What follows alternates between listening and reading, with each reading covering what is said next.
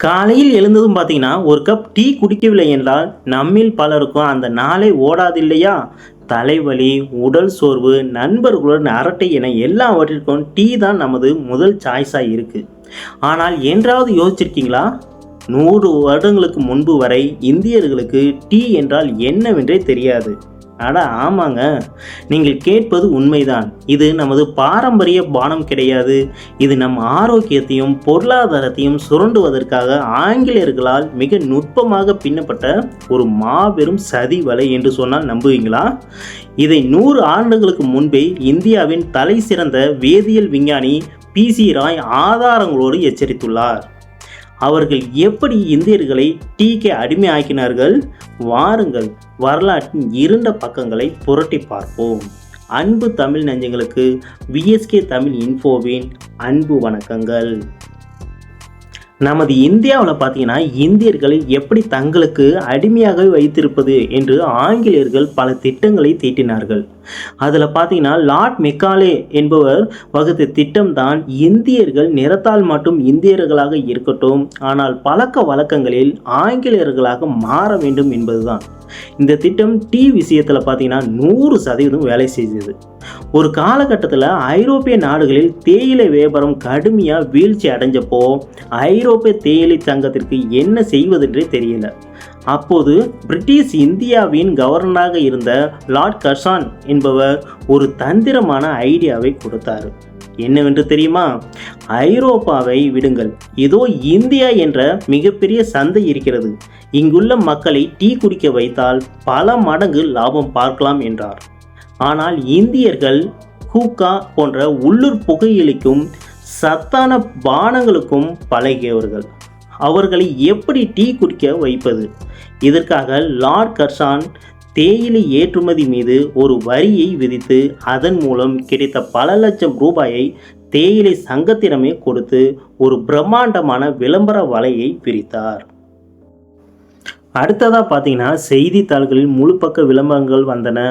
மலேரியாவை ஒழிக்கும் சஞ்சீவி இந்திய டீ உடல் சோர்வை நீக்கும், மனதை அமைதிப்படுத்தும் என்று கூவி கூவி விளம்பரப்படுத்தினார்கள். மக்கள் உடனே இதை யாரும் நம்பவில்லை. அதனால் என்ன பண்ணாங்கன்னா ஆங்கிலேயர்கள் அடுத்த தந்திரத்தை கையில் எடுக்கிறாங்க. என்னன்னா, கல்கத்தா போன்ற பெரிய நகரங்களின் முக்கிய வீதிகளில், ரயில் நிலையங்கள், கிராமத்து திருவிழாக்கள் என மக்கள் கூடும் எல்லா இடங்களிலும் இலவசமாக டீயை கொடுக்குறாங்க. ஒரு பைசாவுக்கு டீ தூள் பாக்கெட்டுகளை இலவசமாக விநியோகம் பண்ணுறாங்க.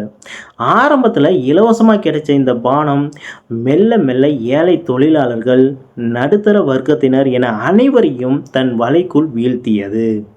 கிழக்கு வங்காளத்தின் நதிகளில் படகுகளில் சென்று கூட டீயை விளம்பரப்படுத்தினாங்க.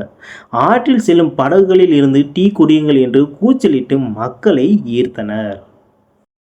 இதனைத் தொடர்ந்து விஞ்ஞானி PC ராய் அவர்கள் ஒரு முக்கியமான கேள்வியை கேட்கிறார். என்னவென்றால், குளிர் பிரதேசங்களில் வாழும் ஆங்கிலேயர்களுக்கு இந்த டீ தேவைப்படலாம், ஆனால் உஷ்ணமான இந்தியாவிற்கு இந்த டீ எதற்கு?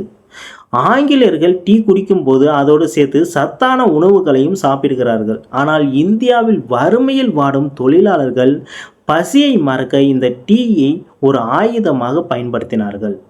ஒரு நாளைக்கு 5 கப் டீ குடிச்சுவிட்டு டீ குடித்தால் பசி எடுக்காது, அதனால் விலை உயர்ந்த உணவுகளை வாங்க தேவையில்லை என்று தங்களை தாங்களே ஏமாற்றி கொண்டார்கள். இது ஒரு ஆரோக்கிய பிரச்சனை மட்டுமில்லைங்க, ஒரு மிகப்பெரிய பொருளாதார சுரண்டல். அன்றைய வங்காளத்தில் 96% தேயிலை தோட்டங்கள் ஆங்கிலேயர்களுக்கு சொந்தமானவை.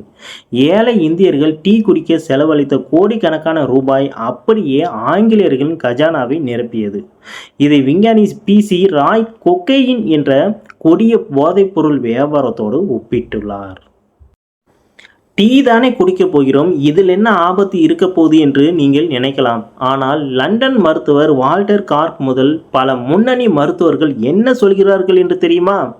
ஒரு கப் டீயில் 1 கிராமுக்கும் அதிகமான காஃபின் உள்ளது என்று சொல்கிறார்கள்.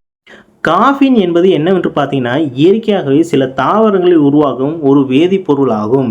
இது முக்கியமாக தேயிலை, காஃபி கொட்டைகள் மற்றும் கொக்கோ போன்றவற்றில் காணப்படுது. சுருக்கமாக சொல்ல வேண்டும் என்றால், காஃபின் என்பது நம் மூளையை ஏமாற்றி உடலை சுறுசுறுப்பாக வைத்திருக்கும் ஒரு வகையான சட்டப்பூர்வமான போதைப் பொருள் என்றுதான் சொல்லணும். இது நம் உடலில் எப்படி வேலை செய்கிறது என்றால், பொதுவாக நாம் வேலை செய்ய செய்ய நமது மூளையில் அடினோசின் என்ற ஒரு வேதிப்பொருள் சுரக்கும். இது சுரந்தால்தான் நமது உடலுக்கு சோர்வும் தூக்கமும் வரும். ஆனால் நாம் டீ அல்லது காஃபி குடிக்கும்போது அதில் உள்ள காஃபின் நேரடியாக மூளைக்கு சென்று இந்த அடினோசின் சுரப்பதை தடுத்து நிறுத்தி விடுகிறது. சோர்வை மூளைக்கு தெரிய விடாமல் மறைத்து விடுவதால் டீ குடித்தவுடன் நமக்கு தூக்கம் பறந்து போய் ஒரு தற்காலிக சுறுசுறுப்பு கிடைக்கிறது. டீயை நாம் அதிகமாகவே தினந்தோறும் எடுத்துக்கொண்டால் நம்ம உடம்பை எப்படியெல்லாம் பாதிக்கும் என்றால், நரம்புகள் பாதிக்கப்படும், செரிமான சக்தி அழியும், நெஞ்செரிச்சல் மற்றும் தூக்கமின்மை ஏற்படும் என்று எச்சரிக்கிறார்கள். இந்தியர்கள் காலையில் சத்தான தானியங்கள், பால், வெல்லம் போன்றவற்றை சாப்பிட்ட பழக்கத்தை அழித்துவிட்டு இந்த டீயை ஒரு உணவாகவே மாற்றிவிட்டார்கள். நண்பர்களே, இன்று டீ என்பது நம் வாழ்விலிருந்து பிரிக்க முடியாத ஒன்றாகிவிட்டது. ஆனால் இதன் பின்னணியில் உள்ள இந்த கசப்பான வரலாற்றை நாம் தெரிந்து கொள்ள வேண்டும். எந்த ஒரு வியாபார தந்திரமும் நம்முடைய பாரம்பரிய உணவு பழக்கங்களை அழித்து விடக்கூடாது என்பதற்காகவே பல தசாப்தங்களுக்கு முன்பே PC ராய் அவர்கள் இந்த உண்மைகளை உறக்க சொல்லியுள்ளார். இந்த வீடியோவில் நாம் பார்த்த தகவல்கள் உங்களுக்கு புதிதாக இருந்ததா? உங்கள் தினசரி டீ பழக்கம் எப்படிப்பட்டது என்பதை கமெண்டில் சொல்லுங்கள். இந்த வீடியோ உங்களுக்கு பிடிச்சிருந்தால் லைக் பண்ணுங்கள், ஷேர் பண்ணுங்கள். மறக்காமல் VSK தமிழ் இன்ஃபோ சேனலுக்கு சப்ஸ்கிரைப் செய்து பெல் ஐக்கானையும் கிளிக் பண்ணிக்கோங்க. மீண்டும் சந்திப்போம். நன்றி, வணக்கம்.